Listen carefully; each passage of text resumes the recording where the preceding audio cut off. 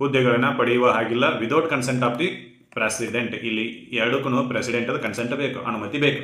Article 18 ಸಬ್ class 1 ಹೇಳ್ತೈತಿ ಅಂತಂದ್ರೆ ಸರ್ಕಾರ ಬಿರುದುಗಳನ್ನು ಕೊಡುವ ಹಾಗಿಲ್ಲ. ಆರ್ಟಿಕಲ್ 18 ಸಬ್ ಕ್ಲಾಸ್ 2 ಏನು ಹೇಳ್ತೈತಿ ಅಂದ್ರೆ ನಾಗರಿಕರು ಬಿರುದುಗಳನ್ನು ಪಡೆಯುವ ಹಾಗಿಲ್ಲ. ಆರ್ಟಿಕಲ್ 18 ಸಬ್ ಕ್ಲಾಸ್ 3 ಏನು ಹೇಳ್ತೈತಿ ಅಂದ್ರೆ ರಾಷ್ಟ್ರಪತಿ ಅನುಮತಿ ಇಲ್ಲದೆ ಪಡೆಯುವ ಹಾಗಿಲ್ಲ. ಆರ್ಟಿಕಲ್ 18 ಸಬ್ ಕ್ಲಾಸ್ 4 ಏನು ಹೇಳ್ತೈತಿ ಅಂದ್ರೆ ಕಾಣಿಕೆ, ಗೌರವಧನ ಮತ್ತು ಹುದ್ದೆಗಳನ್ನು ರಾಷ್ಟ್ರಪತಿ ಅನುಮತಿ ಇಲ್ಲದೆ ಪಡೆಯುವ ಹಾಗಿಲ್ಲ ಅಂತೇಳಿ ಹೇಳ್ತೈತಿ. ಇದಿಷ್ಟು ಜಿಸ್ಟ್ ಅದ್ರದ್ದು. ಹೌದಾ ಸರಿ, ಇಷ್ಟೆಲ್ಲ ಯಾಕೆ ಹೇಳಬೇಕಿದ್ರೆ ಇಷ್ಟು ಹೇಳಿದ್ರೆ ಸಾಕಾಗಿತ್ತಿರಲ್ಲ ತಂಬೋದೆ, ಆದರೆ ನಿಮಗೆಲ್ಲ ಅರ್ಥ ಆಗಬೇಕಲ್ಲ.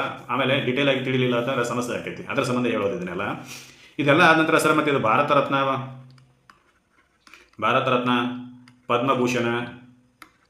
ಪದ್ಮಭೂಷಣ, ಆಮೇಲೆ ಪದ್ಮಶ್ರೀ, ಪದ್ಮವಿಭೂಷಣ, ಆಮೇಲೆ ಕರ್ನಾಟಕ ರತ್ನ, ಈ ರೀತಿ ಎಲ್ಲ ಅವಾರ್ಡ್ ಕೊಡತ್ತಾರಲ್ಲ ಸರ, ಇವೆಲ್ಲ ಅವಾರ್ಡ್ಗಳು ಇವು ಬಿರುದುಗಳಲ್ಲೇನಾ ಅಂತೇಳಿ ಕೇಳ್ಬೋದು. ಇವು ಬಿರುದುಗಳಲ್ಲಿ ಸರ ಮತ್ತು ಇವನ್ನೆಲ್ಲ ಯಾಕೆ ಕೊಡ್ತಾರೆ, ಇವನ್ನೆಲ್ಲ ಯಾಕೆ ಪ್ರಹಿಬಿಟ್ ಮಾಡಿಲ್ಲ, ರೆಸ್ಟ್ರಿಕ್ಟ್ ಮಾಡಿಲ್ಲ, ಬಂದ್ ಮಾಡಿಲ್ಲ ಅಂತೇಳಿ ಕೇಳ್ಬೋದು. ಇದ್ರ ಸಂಬಂಧ ಒಂದು ಕೇಸು ಸುಪ್ರೀಂ ಕೋರ್ಟಿಗೆ ಹೋಗಿತ್ತು. ಸುಪ್ರೀಂ ಕೋರ್ಟ್ದವ್ರು ಏನು ಹೇಳ್ಯಾರ ನೋಡೋಣ. ನಾವು ಹೇಳುವಂಗಿಲ್ಲ, ಎಲ್ಲನೂ ಡಿಫೈನ್ ಮಾಡೋದು ಕೆಲಸ ಯಾರ್ದು ಅಂದ್ರೆ ಸಂವಿಧಾನದ ಕಸ್ಟಡಿಯನ್ ಆಗಿರ್ತಕ್ಕಂಥ ಸುಪ್ರೀಂ ಕೋರ್ಟು ಮತ್ತು ಹೈಕೋರ್ಟ್ದ ಕೆಲಸ.